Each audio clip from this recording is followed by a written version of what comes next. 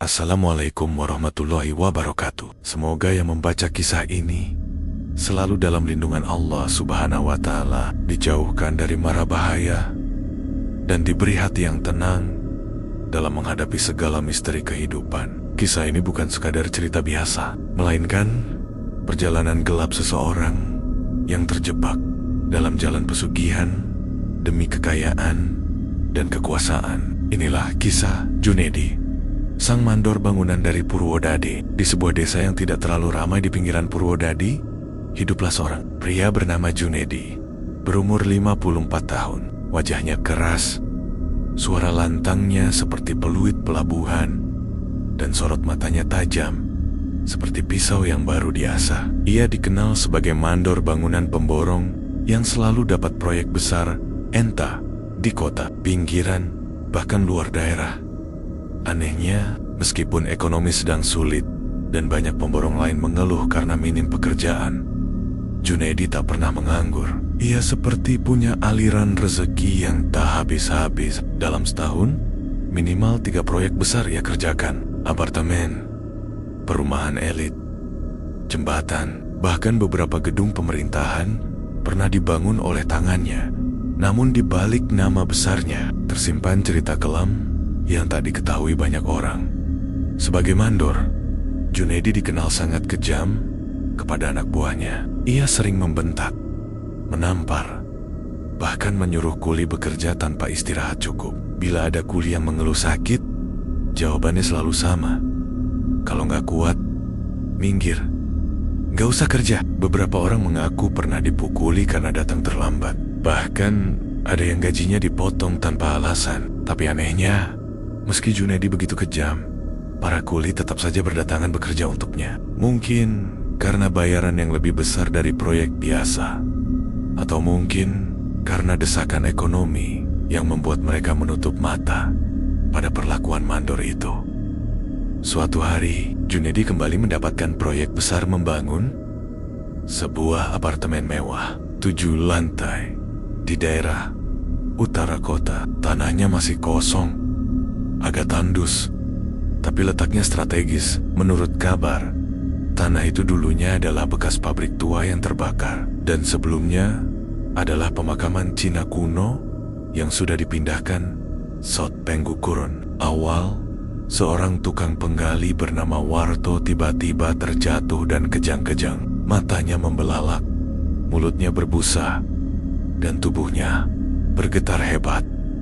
Teman-temannya panik. Mereka memanggil Junedi, namun Junedi hanya berdiri tenang, lalu berkata pelan, "Sudah, bawa dia pulang. Nanti juga sadar sendiri. Gak usah dibesar-besarkan."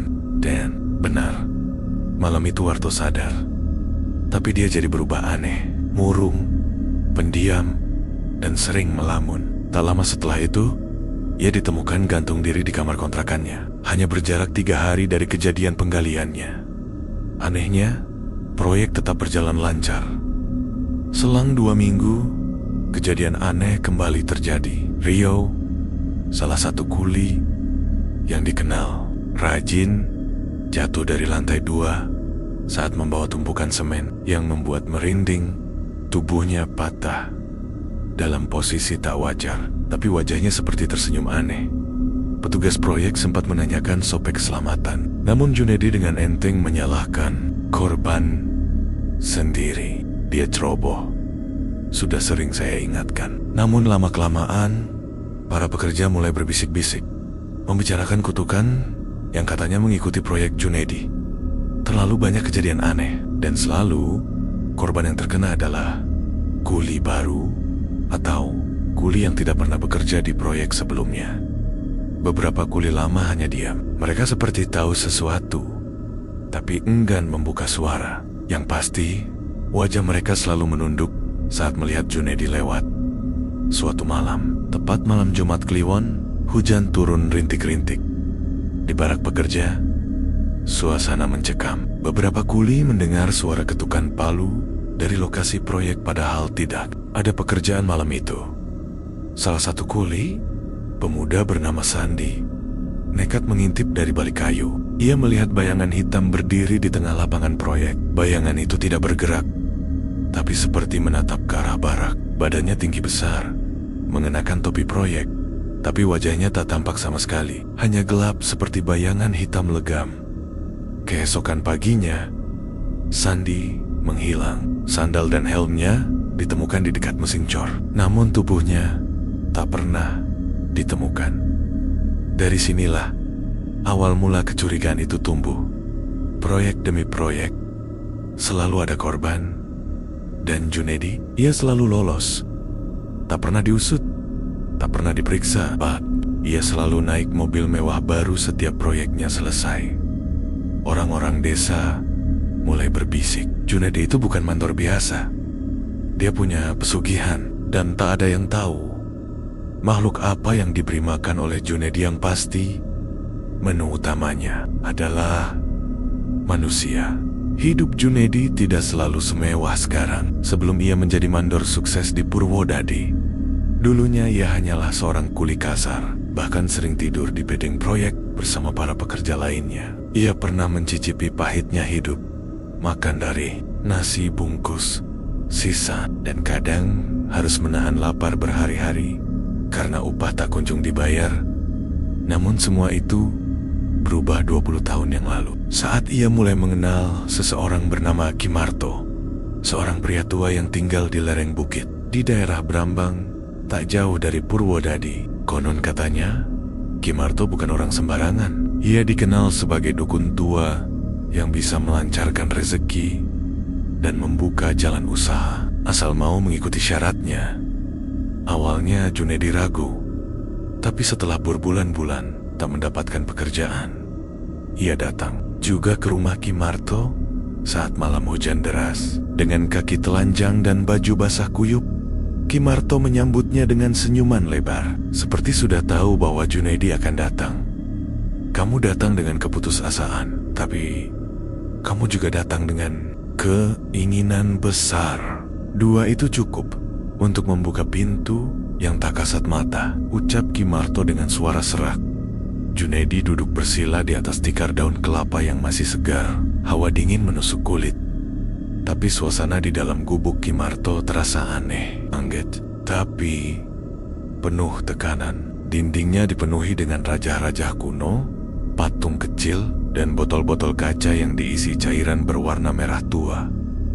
Kimarto lalu memberikan satu pertanyaan. Apakah kamu siap meninggalkan nalar dan keyakinanmu, Demir, yang tak akan pernah miskin lagi?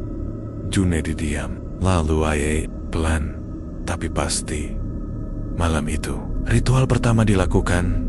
Kimarto membawa Junaidi ke sebuah goa kecil di balik hutan bambu.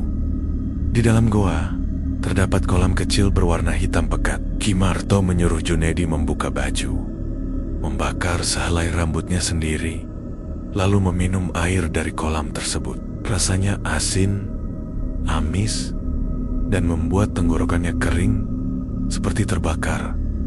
Setelah itu, Junaidi diminta berbaring di tengah lingkaran tanah yang sudah diberi jimat dan tulang belulang kecil. Kimarto membacakan mantra panjang, diselingi suara aneh dari arah belakang goa.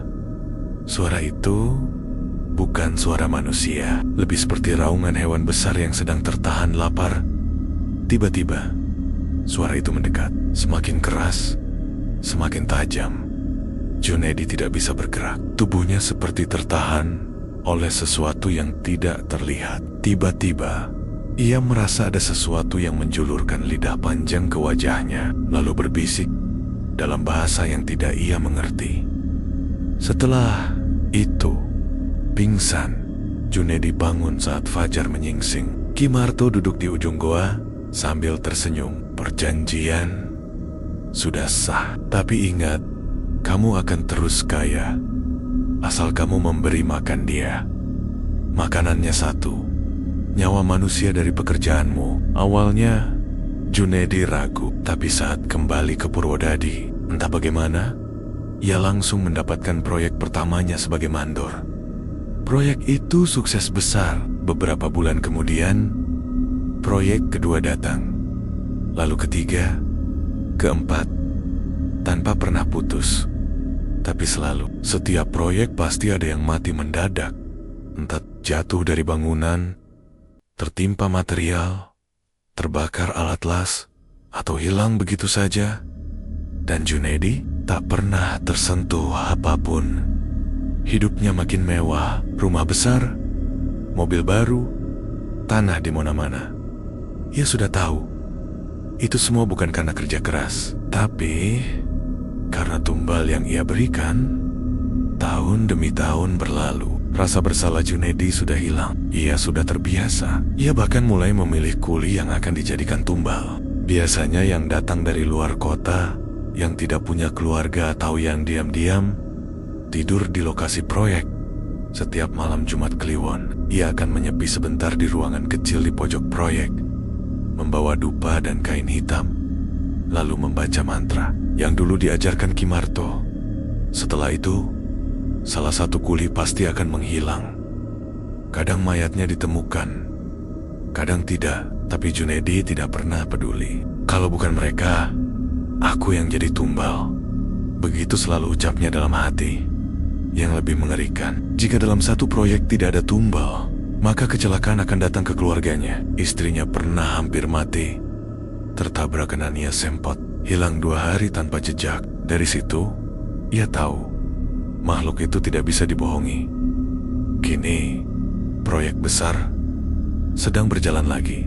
Apartemen 7 lantai di pinggiran kota, dan korban pertama sudah jatuh warto, disusul oleh Rio. Lalu Sandi, yang bahkan belum ditemukan jasadnya.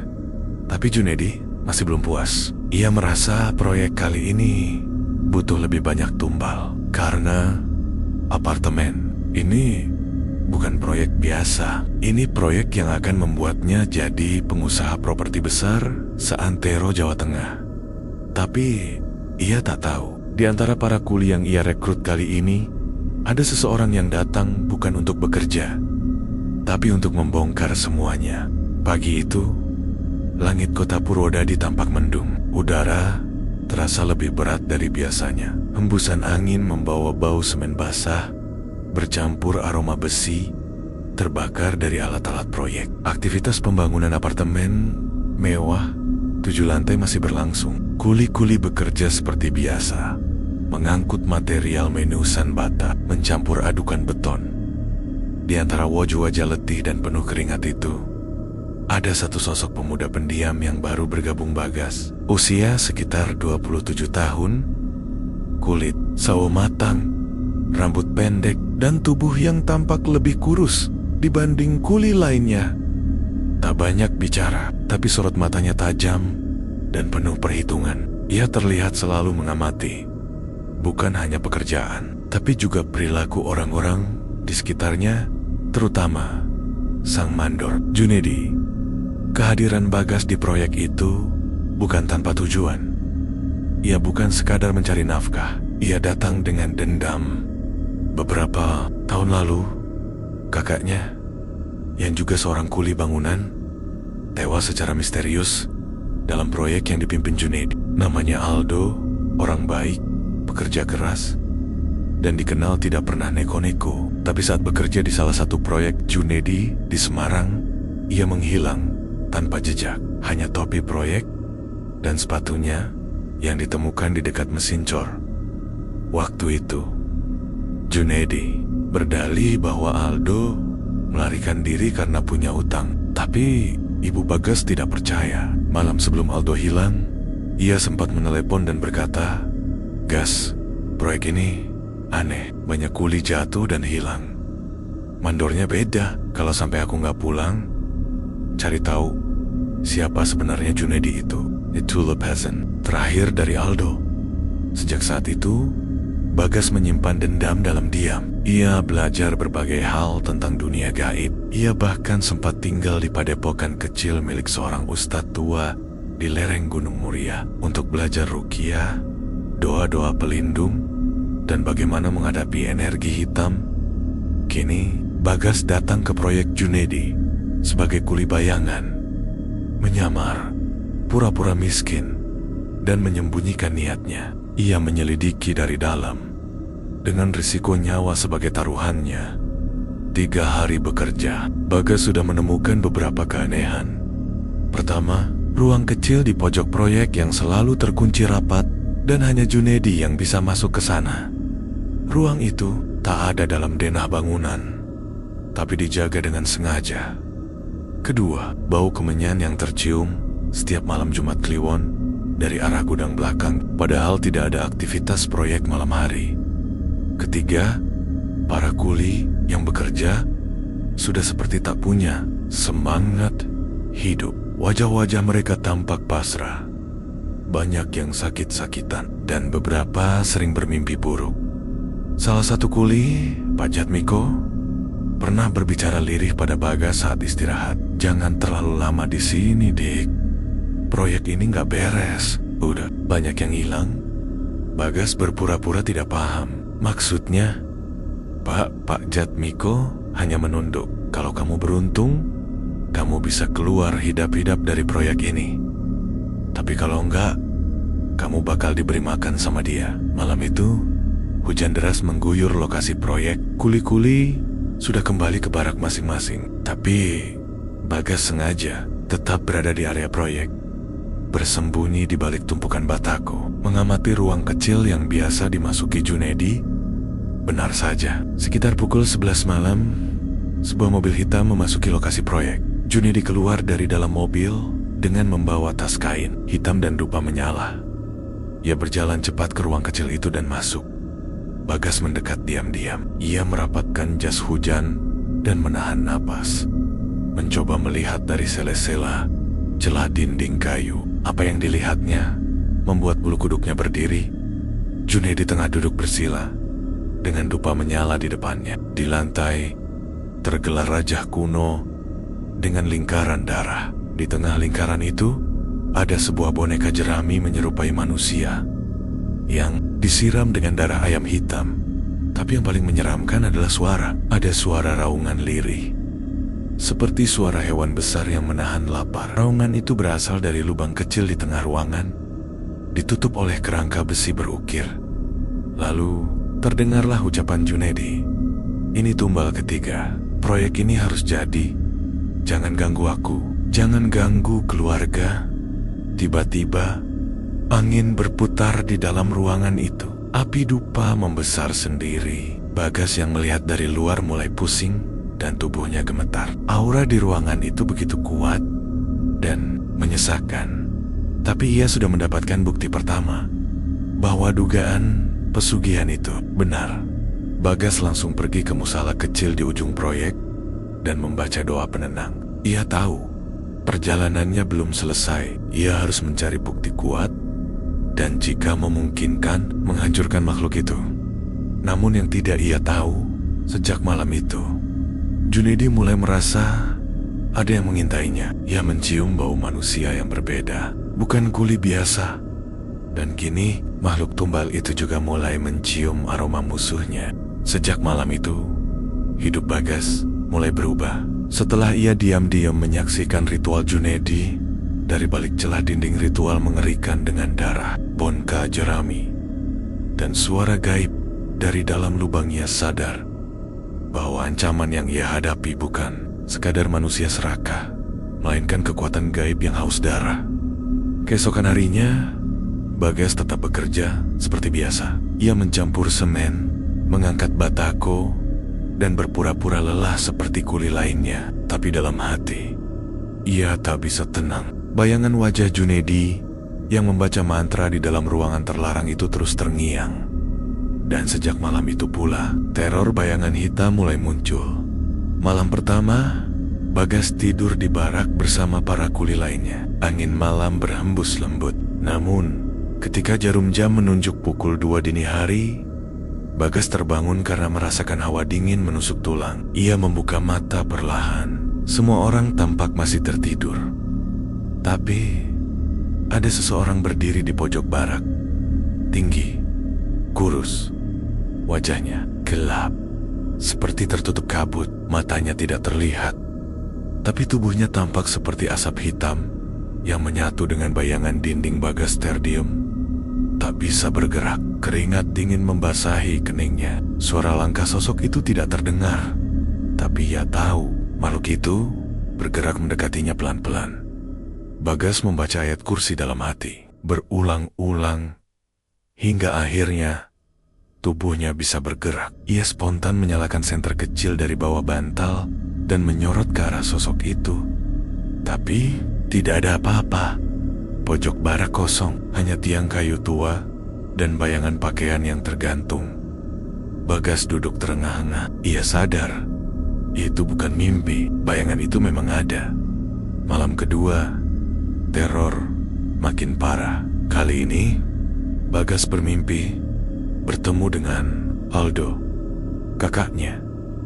Dalam mimpi itu, Aldo mengenakan helm proyek. Tubuhnya penuh luka, matanya kosong, dan darah menetes dari mulutnya. Ia menatap Bagas tanpa suara. Tapi saat mulutnya terbuka, ia berbisik pelan. Dia tahu kamu di sini. Hati-hati. Jangan sendirian. Tiba-tiba, dari belakang Aldo, muncul sosok hitam besar, tinggi seperti pohon kelapa, dengan wajah mirip tengkorak, dan tangan yang panjang menjulur ke depan. Makhluk itu menarik Aldo ke dalam kegelapan. Bagas terbangun dengan napas terengah, dan tubuh penuh keringat. Dan kali ini, ia melihat pintu barak terbuka sendiri. Esok harinya, Bagas semakin curiga. Ia memutuskan untuk berbicara lagi dengan Pak Jatmiko, satu-satunya kulit tua yang tampak masih waras. Saat istirahat siang, mereka duduk di bawah pohon waru tua, tak jauh dari lokasi proyek. Suara mesin beton terdengar samar-samar dari kejauhan. Pak Jatmiko, saya tahu ada yang gak beres di proyek ini, bisik Bagas. Saya tahu Pak Junedi menyembunyikan sesuatu. Pak Jatmiko menghela napas, lalu menatap ke arah proyek, memastikan tak ada yang mendengar. Sudah berapa kali kamu lihat bayangan itu? Tanya Pak Jatmiko lirih. Bagas terdiam sejenak, lalu menjawab, 2 malam ini. Pertama, waktu tidur. Kedua, saat mimpi bertemu kakak saya, Aldo. Pak Jatmiko tampak kaget. Aldo, kuli dari proyek Semarang dulu? Ya Allah, jadi kamu adiknya? Bagas mengangguk. Saya kesini untuk cari tahu, dan kalau bisa mengakhiri semuanya. Pak Jatmiko menunduk. Kamu harus tahu Bagas, yang kau hadapi bukan cuma Junedi. Dia punya perjanjian, dan yang dikorbankan bukan hanya tubuh, tapi jiwa manusia. Makhluk yang dia beri makan itu bukan jin biasa. Kami menyebutnya bayangan pemangsa. Makhluk itu akan terus menguntit siapapun yang mengganggu Junedi. Ia lapar dan dendam. Dan kalau kamu sudah melihat wujudnya, itu artinya kamu sudah dicap sebagai mangsa berikutnya. Hari-hari berikutnya, Bagas mulai melakukan penyelidikan. Lebih, ia mencoba menghafal denah proyek, mencari tahu lokasi ruangan kecil yang dipakai ritual, dan mulai menyusun rencana untuk membongkar pesugihan itu. Tapi gangguan juga makin kuat. Salah satu malam, saat ia sedang berwudu di musala proyek, lampu tiba-tiba padam. Dalam gelap, ia mendengar suara bisikan parau. Nyawamu ganti tumbalku. Ketika ia berbalik, sosok hitam tinggi berdiri di belakangnya. Kali ini matanya tampak merah menyala seperti bara api. Bagas menjerit dan langsung membaca ayat kursi. Bidkaras disusul surah Al-Falaq dan An-Nas. Makhluk itu meraung dan menghilang seperti asap terbakar. Namun setelah itu, ia melihat sesuatu yang mengerikan. Bekas jejak kaki hitam besar tertinggal di lantai musala, dan ada darah menetes dari langit-langit.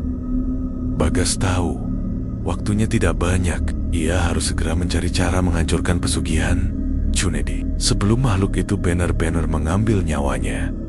Ia ingat satu nama, Ki Marto, orang tua yang disebut-sebut dulu pernah menolong Junedi saat pertama kali menjalani pesugihan. Bagas memutuskan ia harus menemui Ki Marto dan mencari tahu bagaimana cara memutus perjanjian dengan makhluk pemangsa itu.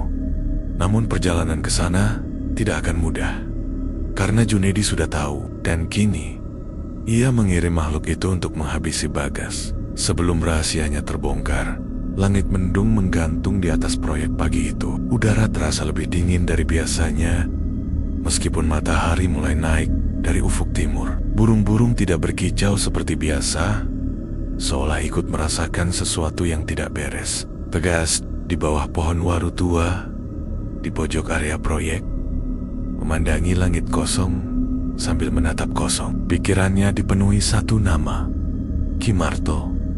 Ia tahu, kalau ingin menghentikan pesugihan Junedi, maka satu-satunya cara adalah menemui orang yang memulai semuanya. Dan itu berarti ia harus pergi ke lereng Brambang, tempat Kimarto tinggal. Namun, perjalanan itu bukan perjalanan biasa, bukan hanya karena jaraknya jauh dan tersembunyi di dalam hutan, tapi juga karena makhluk bayangan yang sudah 2 malam terakhir menampakkan diri mulai mengikuti setiap langkah Bagas. Hari itu, setelah makan siang, Bagas diam-diam berpamitan kepada Pak Jatmiko. Ia bilang akan keluar sebentar untuk ke kota, membeli keperluan. Pak Jatmiko tidak bertanya banyak, hanya memberikan pesan. Kalau kau bener-bener mau ke tempat itu, jangan lupa baca perlindungan dari hati yang paling dalam. Di sana, tak hanya tubuhmu yang diuji, tapi juga imanmu. Bagas mengangguk. Ayah menggenggam kain hitam berisi raja yang diberikan oleh seorang ustadz dari lereng Muria. Bekal saat menghadapi kekuatan gaib. Di lehernya tergantung kalung kecil berisi doa-doa pelindung. Perjalanan dimulai saat sore menjelang. Bagas menumpang ojek sampai ke pinggir desa terakhir sebelum lereng Brambang. Setelah itu, ia harus berjalan kaki melewati jalan setapak yang sepi dan berkabut. Pohon-pohon besar menaungi jalan itu, membuat suasana seperti senja.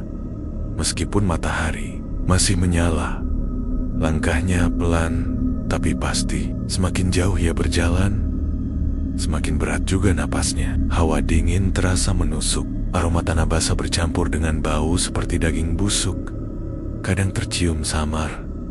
Sesekali, Bagas merasa ada yang mengikuti dari belakang. Tapi setiap ia menoleh, tak ada siapa-siapa. Daun-daun jatuh sendiri, dahan pohon berderit tanpa angin. Orkan. Sempat ada suara tawa anak kecil, padahal jealous tempat itu sunyi senyap. Saat senja benar-benar datang, kabut mulai turun tebal. Bagas tiba di sebuah pertigaan kecil yang aneh. Tidak ada petunjuk arah, tapi di salah satu batang pohon ada ikat kain putih lusuh. Ia ingat pesan Ustadz, kalau kamu bingung di tengah jalan, ikuti tanda kain putih. Itu petunjuk dari orang yang baik. Bagas pun mengikuti arah ke kiri yang ditandai kain putih itu. Namun, baru beberapa langkah berjalan, tiba-tiba suasana berubah. Langit yang semula kelabu menjadi gelap pekat, seperti malam turun tanpa aba-aba. Di sekelilingnya, suara-suara aneh mulai terdengar. Jeritan lirih, suara langkah cepat, dan suara tawa perempuan dari kejauhan. Langkah Bagas terhenti ketika melihat sosok berdiri di tengah jalan. Tinggi, berambut panjang, mengenakan kain putih seperti pocong, tapi wajahnya ditutupi topeng merah. Sosok itu berdiri diam, tidak bergerak. Bagas membaca doa pelindung dengan suara pelan. A'udzubillahi minasyaitonirrajim. Bismillah. Namun makhluk itu berjalan pelan ke arahnya, menunduk dengan tangan menjulur. Bagas mundur beberapa langkah, lalu mengeluarkan rajah kain dari sakunya dan menggenggamnya erat. Ia tiupkan napas seperti yang diajarkan Ustadz, lalu berkata, "Atas nama Allah, aku bukan untuk kalian." Tiba-tiba, makhluk itu menghilang, seolah tertelan kabut. Angin pun berhembus kencang dan menghentikan semua suara aneh itu. Bagas terduduk, napasnya ngos-ngosan, tapi ia tahu itu baru permulaan. Setelah berjalan sekitar 30 menit lagi, akhirnya ia melihat sebuah rumah tua sederhana di ujung jalan setapak. Rumah itu dikelilingi pagar kayu rendah dan asap tipis mengepul dari dapurnya. Dari kejauhan, terlihat seorang kakek berjubah abu-abu sedang duduk di teras, seperti sudah menunggunya. "Bagas," suara kakek itu pelan. tapi menggelegar di kepala. Bagas terdiam. Ia belum pernah bertemu, tapi orang itu tahu namanya. Aku tahu kamu akan datang. Aldo pernah menyebut namamu, tapi jalan yang akan kamu tempuh tidak bisa ditarik kembali. Kamu siap? Bagas maju perlahan. Saya tahu bagaimana cara menghentikan pesugihan Junedi. Ki Marto menghela napas panjang. Junedi tidak lagi manusia sepenuhnya. Ia terikat perjanjian dengan lembaga kegelapan yang memakan nyawa manusia. Dan itu bukan jin biasa, itu adalah penunggu tanah darah. Makhluk dari dimensi gelap yang hanya kenyang jika diberi tumbal. Manusia hidup bukan hanya tubuh, tapi juga jiwanya. Bagas menelan ludah. Lalu, apa bisa dihentikan? Ki Marto menatap tajam. Bisa, tapi kamu harus siap berhadapan langsung dengan makhluk itu. Tidak cukup hanya doa.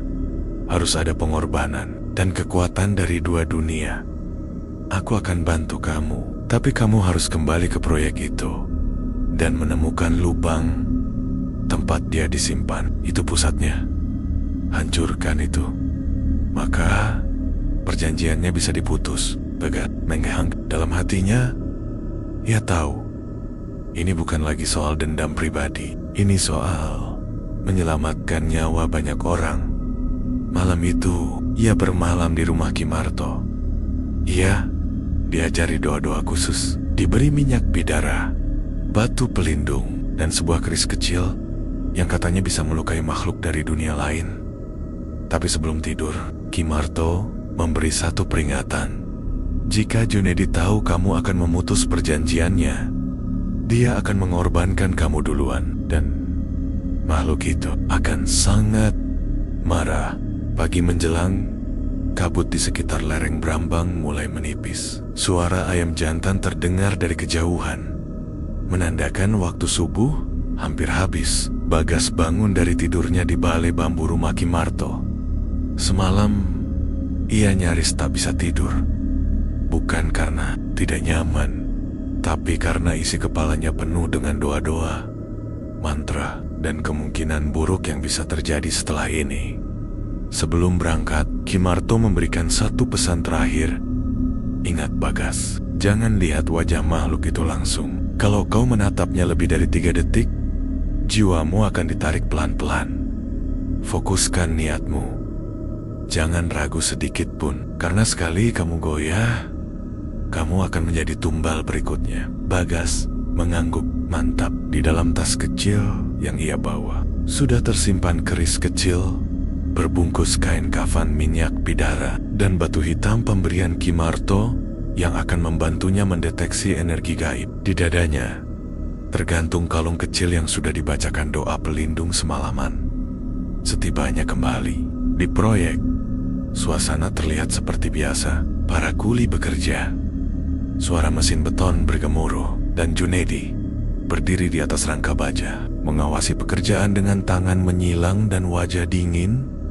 Namun begitu matanya melihat Bagas, sorot matanya berubah tajam. Bagas tahu Junedi sudah mulai curiga. Mungkin seseorang lihatnya pergi malam itu, atau mungkin makhluk itu sudah membisikkan ke telinga tuannya bahwa ada pengkhianat di tengah proyek. Bagas pura-pura tetap bekerja seperti biasa, tapi pikirannya sudah tertuju pada satu hal. Lubang di ruang kecil tempat Junedi biasa melakukan ritual. Itulah pusat kekuatan makhluk pesugihan itu. Jika lubang itu dihancurkan, perjanjian pesugihan akan terputus dan kekuatan makhluk itu akan melemah. Namun, masalahnya ruang itu selalu dikunci dan hanya bisa diakses oleh Junedi saat jam istirahat. Siang tiba, Bagas tidak ikut makan bersama kuli lainnya. Ia berpura-pura ke toilet, lalu mengendap ke arah belakang gudang tempat ruang kecil itu berada. Ia membawa kunci duplikat yang berhasil ia buat beberapa hari lalu. Setelah mempelajari bentuk gemboknya diam-diam, begitu tiba di depan pintu, ia menghela napas, tangan gemetar, jantung berdetak kencang. Klik, kunci berputar, pintu terbuka pelan. Ruang itu gelap dan pengap, bau kemenyan dan amis darah masih terasa kuat. Di tengah lantai masih tergambar lingkaran raja, dan di bagian belakang ruangan ada lubang kecil tertutup besi berukir, seperti mulut sumur tua yang ditutup rapat. Bagas melangkah pelan, mengeluarkan batu hitam dari kantongnya. Saat didekatkan ke arah lubang, batu itu langsung menghangat dan berdenyut, seperti hidup. "Benar, ini pusatnya," bisik Bagas. Ia membuka kain pembungkus keris, mengoleskannya dengan minyak bidara, lalu bersiap membacakan doa-doa yang diajarkan Ki Marto. Namun belum sempat ia mulai, suara langkah kaki terdengar dari luar. Brok! Pintu terbuka keras. Junedi berdiri di ambang pintu, wajahnya merah padam, matanya membelalak penuh kemarahan. "Kamu pikir aku nggak tahu siapa kamu sebenarnya?" Peg berdiri, sigap. Ia tahu konfrontasi ini cepat atau lambat pasti terjadi. "Kakakku, Aldo, kau korbankan dia bukan?" Junedi tertawa miris. "Kakakmu? Dia cuma satu dari sekian banyak orang yang memang harus dikorbankan. Aku tidak pernah memaksa. Mereka datang sendiri, dan nyawa mereka memang sudah waktunya dibayar." Bagas maju selangkah. "Kamu manusia, Junedi, tapi kau sudah lebih kejam dari iblis.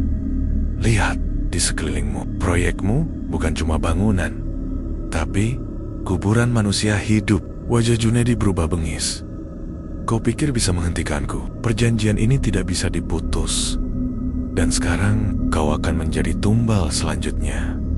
Tiba-tiba, dari dalam lubang, suara erangan mengerikan terdengar, seperti suara ratusan orang menangis dan menjerit bersamaan. Makhluk itu bangkit. Uap hitam mengepul dari sela-sela besi penutup. Angin di ruangan itu berubah dingin, dinding bergetar, barang-barang berterbangan sendiri.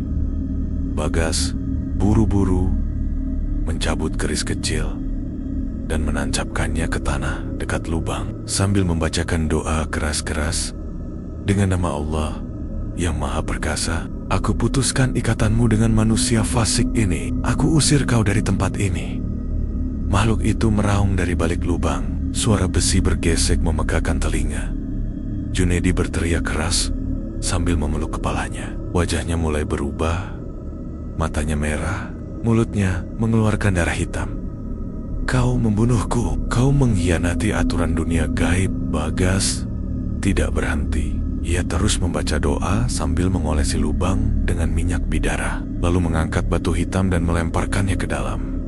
Tiba-tiba, ledakan kecil terdengar dari dalam lubang. Asap hitam menyembur ke langit-langit, menabrak dinding, dan menciptakan suara jeritan panjang yang sangat menyakitkan di telinga. Makhluk itu menghilang. Suasana hening. Angin berhenti. Ruang itu kini hanya berisi asap tipis, dan lubang yang kini tampak mati. Tidak ada lagi energi yang keluar darinya. Junedi terkapar di lantai. Tubuhnya gemetar. Ia tak bisa berdiri. Bagas mendekat. "Sekarang kau sendiri, Junedi. Tak ada lagi tumbal. Tak ada lagi iblis yang menyelamatkanmu. Kau akan merasakan sendiri balasan dari semua yang kau lakukan." Junedi hanya menangis. Tangis yang bukan penyesalan, tapi ketakutan karena ia tahu setelah ini ia tidak akan bisa tidur tenang seumur hidupnya. Bagas keluar dari ruangan itu dengan tubuh lemas, tapi hati lapang. Ia tahu ini belum akhir, tapi ia telah menghentikan sesuatu yang telah merenggut nyawa banyak orang tak bersalah. Malam itu, ia sujud di musala proyek, menangis, mengenang kakaknya yang kini bisa tenang di alam sana. Malam itu, setelah Bagas berhasil menghancurkan lubang gaib di ruang ritual, suasana proyek menjadi aneh. Angin yang biasanya kencang mendadak berhenti, udara jadi lebih berat, dan para kuli merasa seperti ada sesuatu yang lepas dari tempatnya. Tapi bagi Junedi, malam itu adalah awal dari kehancuran hidupnya. Sejak lubang pesugihan dihancurkan, Junedi seperti kehilangan kendali atas hidupnya. Biasanya, ia datang pagi-pagi ke proyek dengan wajah tegas, berdiri di atas perancah baja sambil meneriaki para kuli. Tapi kini, ia hanya duduk termenung di mobilnya. Matanya sayu, tubuhnya lemas, dan wajahnya pucat seperti orang yang sedang sekarat. Para mandor pembantu bingung. Kuli-kuli mulai bisik-bisik. Bagas sendiri tetap menjaga jarak. Meski diam-diam mengamati Junaidi dari jauh. 3 hari kemudian, proyek tiba-tiba dihentikan mendadak. Kontraktor pusat membatalkan kerjasama. Tidak ada alasan jelas. Hanya surat singkat yang menyatakan proyek Anehnya, semua alat berat tiba-tiba mogok total. Seolah ada kekuatan besar yang menahannya. Hari keempat, hal-hal aneh mulai menimpa Junaidi. Pagi hari, saat ia bercermin di kamar mandi rumah mewahnya, ia melihat bayangan lain di cermin. Sosok mirip dirinya, tapi dengan mata hitam bolong dan kulit mengelupas. Saat ia mengedip, bayangan itu tersenyum. Dengan gigi-gigi tajam dan darah menetes dari mulutnya, Junaidi teriak keras. Tapi saat ia menoleh ke belakang, tak ada siapa-siapa. Istrinya, Bu Mirna, mulai khawatir. Tapi setiap ia tanya, Junaidi hanya menjawab pendek, "Aku cuma kecapekan." Tapi malam Nia, kejadian lebih mengerikan terjadi.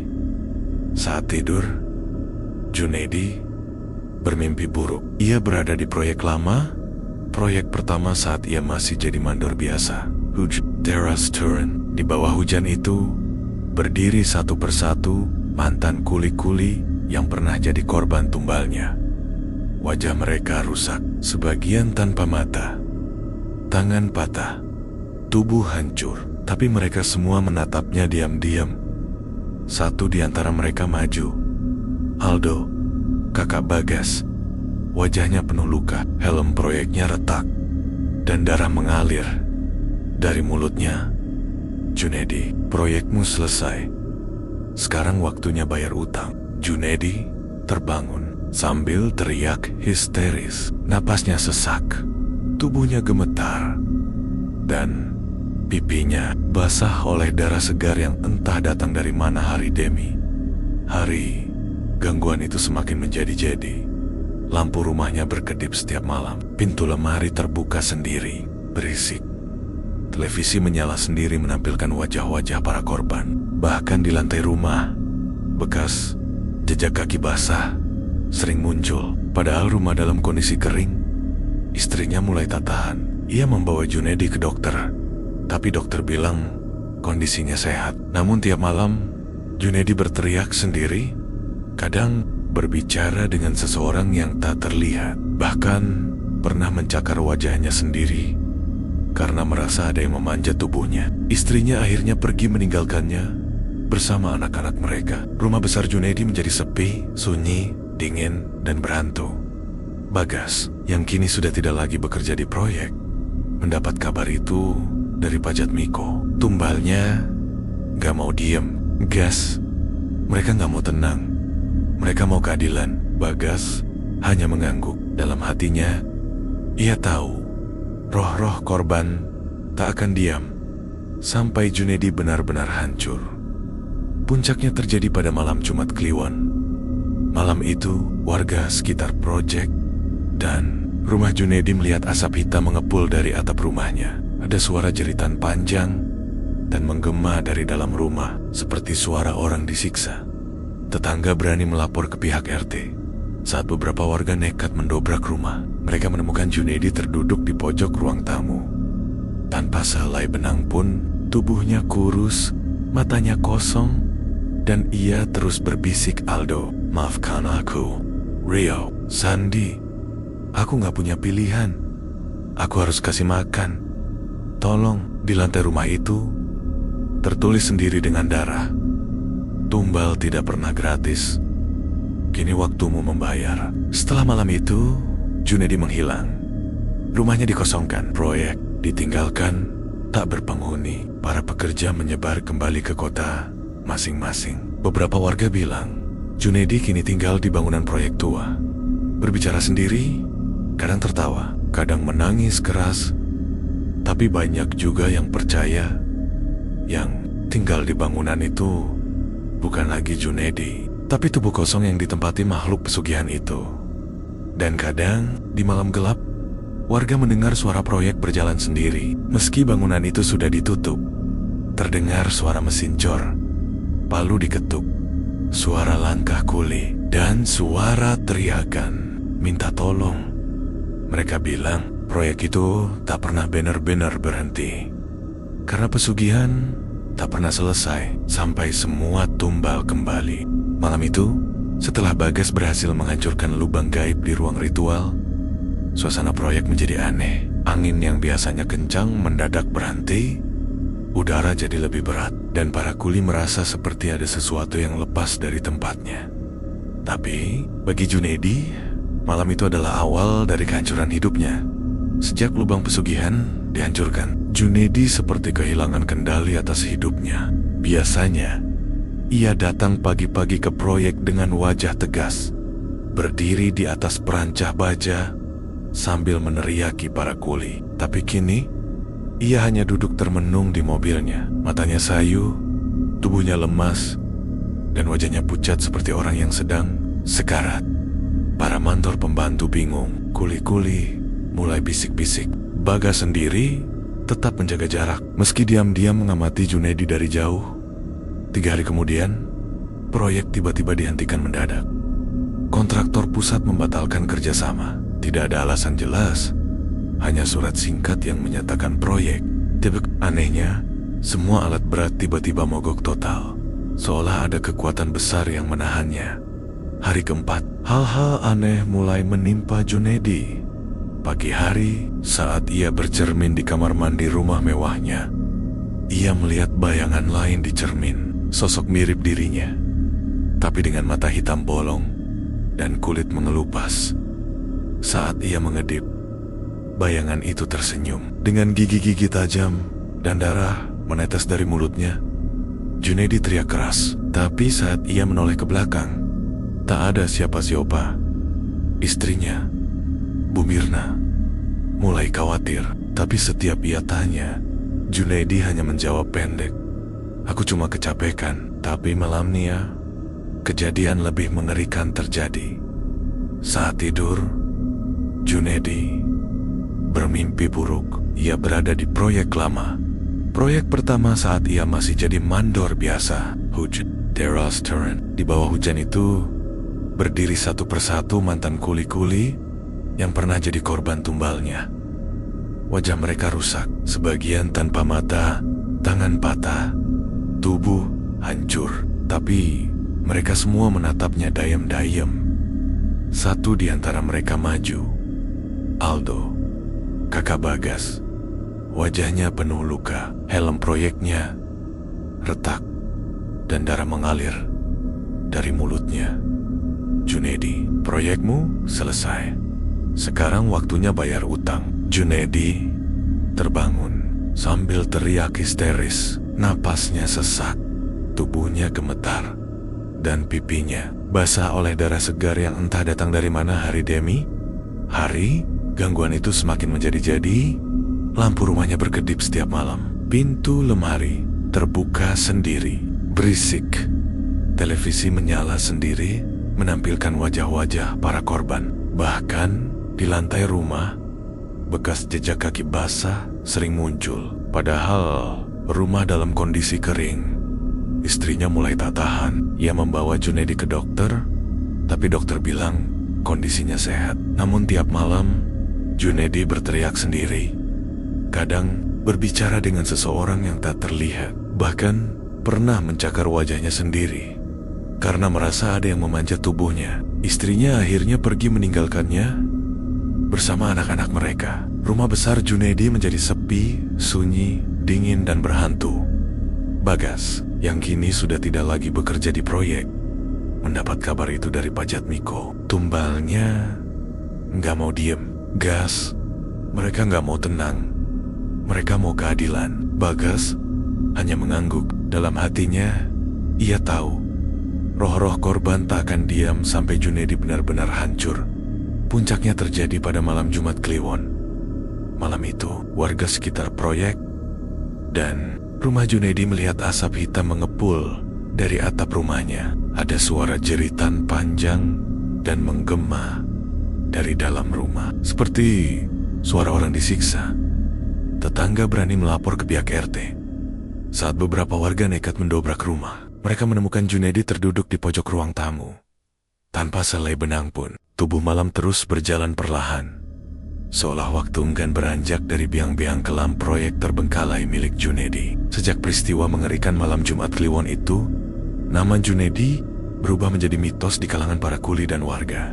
Perwood, banyak yang tak berani menyebut namanya, apalagi melintasi bekas proyek 7 lantai yang kini ditutupi semak dan kerangkanya berkarat. Namun, bagi Bagas, cerita ini belum selesai. Bukan karena dendam, tapi karena rasa tanggung jawab. Ia tahu, setelah lubang pesugihan dihancurkan dan Junedi menghilang, entah kemana Roro, para korban masih belum tenang. Mereka masih gentayangan, masih marah, dan masih haus keadilan. Mereka bukan hanya tumbal, tapi manusia, dan mereka pantas mendapatkan doa dan pelepasan, bukan hanya dibebaskan dari kutukan. Malam itu, Bagas mendatangi kembali rumah Ki Marto. Di sana, ia menyampaikan niatnya. Saya ingin membantu para arwah itu. Ki, mereka tidak salah. Mereka hanya dijebak dan dikorbankan. Kalau saya bisa bantu mereka tenang, saya akan lakukan. Ki Marto memandangi wajah Bagas dengan mata yang berkaca-kaca. Kamu kuat, Nah. Tidak banyak orang muda yang punya niat seperti itu. Tapi kau harus tahu, ritual ini bukan sembarang ritual. Ini bukan pemanggilan, tapi pengantaran ruh. Jika tidak dilakukan dengan hati bersih dan niat tulus, malah bisa membuat mereka semakin murka. Bagas mengangguk. Ia sudah siap. Malam Jumat berikutnya, Bagas bersama Ki Marto dan Pak Jatmiko melakukan ritual pembebasan arwah di lokasi proyek yang telah terbengkalai. Mereka datang setelah maghrib, membawa peralatan doa, kemenyan, air bersih yang sudah diruqyah, serta kain putih panjang yang akan digunakan sebagai media pengantar ruh. Bangunan itu sunyi, tapi tidak kosong. Langit malam seperti memantulkan aura suram dari beten-beten berlumut. Angin berhembus tidak beraturan, dan kadang terdengar suara logam jatuh sendiri. Padahal tidak ada yang menyentuh apa-apa. Ki Marto memulai ritual dengan membaca ayat-ayat suci. Bagas duduk bersila, menggenggam kain putih sambil berdoa dalam hati. Tiba-tiba, bau darah dan amis mulai terasa lagi. Kuat dan menusuk lalu perlahan. Satu persatu, sosok-sosok mulai muncul.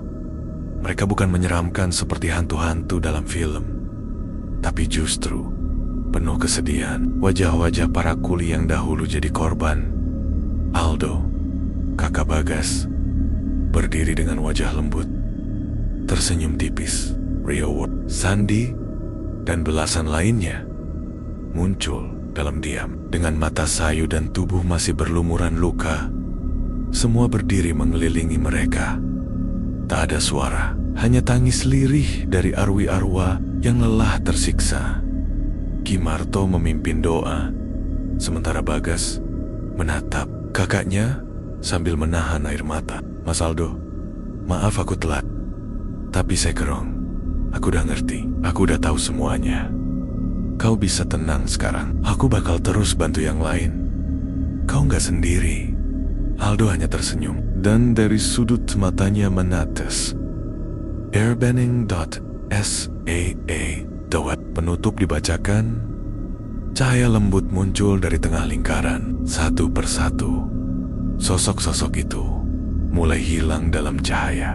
Tapi sebelum banner-banner pergi, Aldo melangkah ke arah Bagas, menyentuh bahunya dengan lembut, lalu berkata, "Terima kasih, Dik. Sekarang kami bisa pulang." Dan seketika, semua lenyap. Angin berhenti, hening, hanya suara jangkrik kembali terdengar. Malam itu, untuk pertama kalinya sejak semua dimulai, hati Bagas terasa benar-benar ringan. Ia menangis di pelukan Pak Jatmiko. Bukan karena sedih, tapi karena bahagia. Bukan karena lemah, tapi karena akhirnya ia bisa membayar utang kepada kakaknya. Dan semua korban tak bersalah. Ki Marto pun mengucap syukur. Mereka sudah tenang. Dan kau, Bagas, adalah jembatan antara yang hidup dan yang mati. Kau telah jadi penolong bagi mereka yang tak bisa bicara. Sejak saat itu, proyek angker itu perlahan mulai dilupakan orang. Tak ada lagi kejadian aneh. Rumah Junedi tetap kosong, tapi tak terdengar teriakan atau bayangan mengintai, seolah semua kutukan telah benar-benar terangkat. Bagas kembali hidup sederhana. Ia tak lagi jadi kuli. Ia mulai membuka bengkel kecil di pinggir kota. Tapi setiap malam Jumat, ia tak pernah lupa mengirim doa untuk para korban pesugihan. Sebuah ritual kecil yang sederhana, tapi berarti besar. Karena Bagas tahu, setiap doa akan bahkan ke dunia yang tak terlihat. Ia kurus, matanya kosong, dan ia terus berbisik, "Aldo, maafkan aku. Reo, Warto, Sandi. Aku gak punya pilihan. Aku harus kasih makan. Tolong." Di lantai rumah itu tertulis sendiri dengan darah, "Tumbal tidak pernah gratis. Kini waktumu membayar." Setelah malam itu, Junedi menghilang. Rumahnya dikosongkan, proyek ditinggalkan, tak berpenghuni. Para pekerja menyebar kembali ke kota masing-masing. Beberapa warga bilang, Junedi kini tinggal di bangunan proyek tua, berbicara sendiri, kadang tertawa, kadang menangis keras. Tapi banyak juga yang percaya, yang tinggal di bangunan itu bukan lagi Junedi, tapi tubuh kosong yang ditempati makhluk pesugihan itu. Dan kadang di malam gelap, warga mendengar suara proyek berjalan sendiri meski bangunan itu sudah ditutup. Terdengar suara mesin cor, palu diketuk, suara langkah kuli, dan suara teriakan minta tolong. Mereka bilang proyek itu tak pernah benar-benar berhenti karena pesugihan tak pernah selesai sampai semua tumbal kembali. Sudah hampir 3 bulan berlalu sejak Bagas dan Ki Marto melakukan ritual pelepasan arwah di proyek tua yang terbengkalai itu. Sejak saat itu, Purwodadi menjadi lebih tenang. Tidak ada lagi bisikan di malam hari. Tidak ada lagi mimpi buruk yang menghantui warga sekitar proyek. Namun satu pertanyaan besar masih menggantung di benak semua orang. Kemana perginya Junedi? Rumor tentang keberadaan Junedi terus beredar. Ada yang bilang dia meninggal, ada yang mengaku melihatnya berjalan linglung di pasar malam, dan ada juga yang percaya dia telah dirasuki makhluk dari pesugihan yang dia khianati sendiri. Namun Bagas tak pernah benar-benar berhenti mencari. Ia merasa tanggung jawabnya belum selesai sampai ia melihat sendiri akhir dari pria kejam itu. Dan pada suatu sore, saat ia sedang membersihkan bengkel motornya, seorang pemuda datang tergesa-gesa. Napasnya terengah, bajunya kotor oleh debu. "Mas, benar Mas Bagas ya?" Bagas mengangguk pelan. "Saya dari kampung di pinggir hutan. Pucang Mas. Di sana ada orang tua gila, sering ngomong sendiri, ngerangkak di tanah kadang nanggus, kadang ketawa sendiri tengah malam. Tapi beberapa hari lalu, dia sebut nama Aldo dan Bagas terus-menerus. Darah Bagas langsung dingin. Ia tak perlu berpikir lama. Ayah tahu, itu pasti Junedi hari itu juga. Bagas berangkat ditemani Pajat Miko dan pemuda tersebut. Perjalanan ke Pucang memakan waktu hampir 2 jam naik motor dan dilanjutkan jalan kaki, melewati semak dan jalan becek. Mereka tiba di sebuah gubuk reot, dikelilingi pohon bambu yang tinggi dan rimbun. Gubuk itu tampak rapuh, hampir roboh. Tak ada listrik, hanya cahaya redup dari lampu minyak di dalam. Dari balik dinding bambu yang bolong, terdengar suara rintihan lirih. "Ampuni aku, jangan tarik aku, Aldo." "Bagas, aku cuma mau kaya." Bagas melangkah masuk perlahan. Di dalam, duduklah seseorang dengan rambut panjang tak terurus, tubuh kurus kering seperti tulang dibungkus kulit, dan mata cekung yang tampak kosong. Itu memang Junedi. Tapi tubuhnya bukan tubuh pria kuat dan garang seperti dulu. Tubuh itu kini hanya cangkang kosong, dihuni rasa takut, penyesalan, dan gangguan jiwa yang dalam. Begitu Junedi melihat Bagas, Ia menangis keras seperti anak kecil. Ia merangkak ke arah Bagas, memeluk kakinya, dan terisak-isak. Aku salah, Gas. Aku terlalu serakah. Mereka semua datang di mimpiku. Setiap malam, mereka tarik lidahku, cabut kuku kakiku. Mereka bilang, ini baru awal. Bagas hanya bisa menatapnya dalam diam. Ia tak tahu harus marah atau kasihan. Sosok yang dulu membuat hidupnya hancur, kini duduk di depannya seperti bangkai hidup. Pak Jatmiko hanya menggeleng. Inilah akibatnya kalau hidup dibangun dari darah dan air mata orang lain. Malam itu, Bagas memutuskan untuk bermalam di gubuk itu. Ia ingin menyaksikan sendiri seperti apa penderitaan Junedi. Ia tak ingin balas dendam, tapi ia ingin melihat keadilan benar-benar turun. Dan benar saja, tengah malam, sekitar pukul 2, Junedi tiba-tiba menggigil keras. Matanya melotot, tubuhnya kejang-kejang.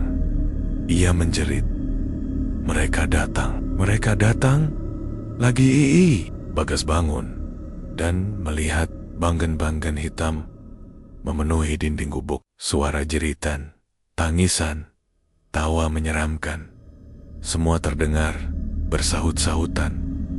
Lalu Aldo muncul, bukan dalam wujud menakutkan, tapi dalam bentuk yang damai, dengan wajah penuh cahaya. Ia menatap Bagas sebentar, lalu menatap Junedi. Semuanya sudah dibayar, tapi dosamu bukan urusan kami. Dan dalam sekejap, semua bayangan hilang. Junedi pingsan.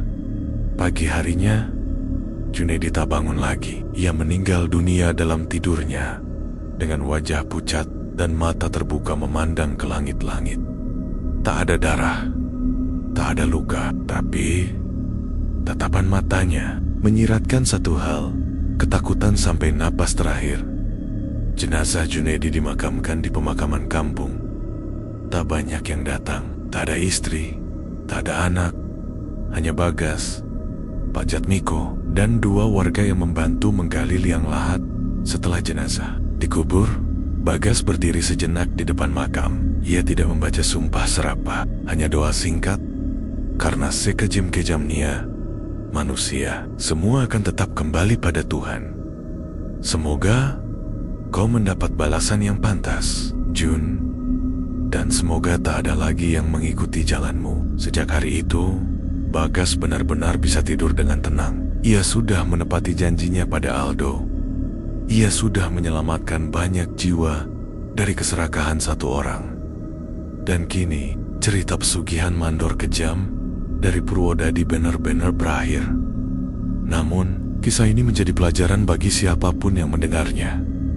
Jangan pernah bermain dengan perjanjian gaib, karena setiap yang datang dengan mudah pasti ada harga yang tak terlihat di baliknya.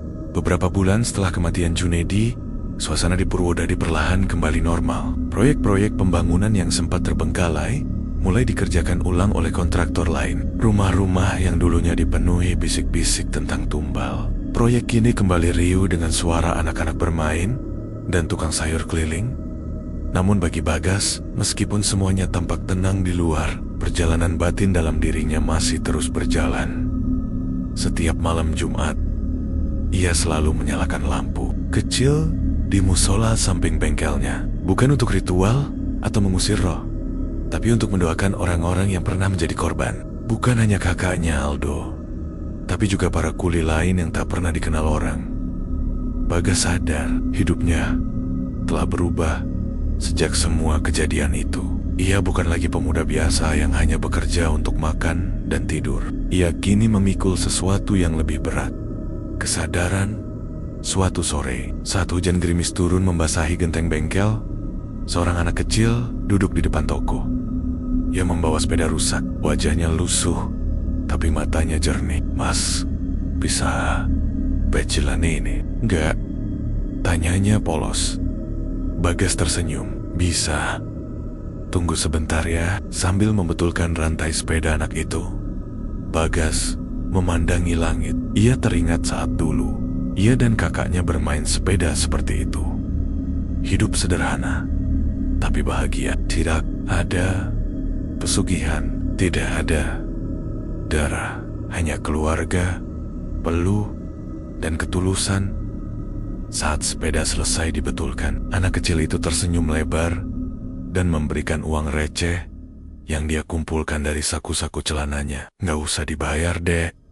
Simpan buat beli es besok," kata Bagas sambil menepuk kepalanya. Anak itu tertawa lalu mengayuh sepedanya pergi, meninggalkan jejak air di tanah. Bagas menghela napas. Inilah hidup yang ia perjuangkan. Hidup yang tenang, jujur, walau tak selalu kaya. Hidup yang tak menyakiti orang lain, hanya demi naik jabatan atau mengumpulkan harta. Malam itu, sebelum tidur, Bagas bermimpi. Ia berjalan di tengah ladang yang luas. Angin sejuk menyapu wajahnya. Di kejauhan, ia melihat Aldo berdiri sambil tersenyum. Tak lagi berlumuran darah, tak lagi bersedih. "Kau udah jalani tugasmu, Gas. Aku bangga," ujar Aldo dalam mimpi itu. "Tapi jangan berhenti, banyak orang di luar sana yang buta arah. Kalau kau bisa menuntun satu saja, itu sudah lebih dari cukup." Bagas terdiam. Air mata mengalir perlahan. Ketika ia terbangun, fajar sudah menyingsing. Burung-burung bersiul dari pohon mangga belakang rumah. Matahari muncul perlahan dari balik pegunungan, seolah memberi harapan baru. Kini, setiap kali ada orang baru yang datang ke bengkel baik itu, sekadar tambal ban atau sekadar berteduh, Bagas selalu menyapa dengan senyum. Bukan karena pura-pura ramah, tapi karena ia tahu kebaikan kecil bisa menyelamatkan satu jiwa dari kegelapan. Ia tidak lagi menyimpan dendam, tidak juga trauma, karena semua sudah diserahkan kepada Tuhan, dan tugasnya kini hanyalah melanjutkan hidup dengan baik. Akhir cerita. Setiap kekayaan yang datang dengan jalan sesat akan membawa petaka yang tak terduga, dan setiap kebaikan, sekecil apapun, akan menuntunmu pulang dengan tenang. Semoga kisah ini jadi pelajaran bahwa dalam hidup ini jangan pernah kita mendahulukan dunia lalu mengorbankan manusia.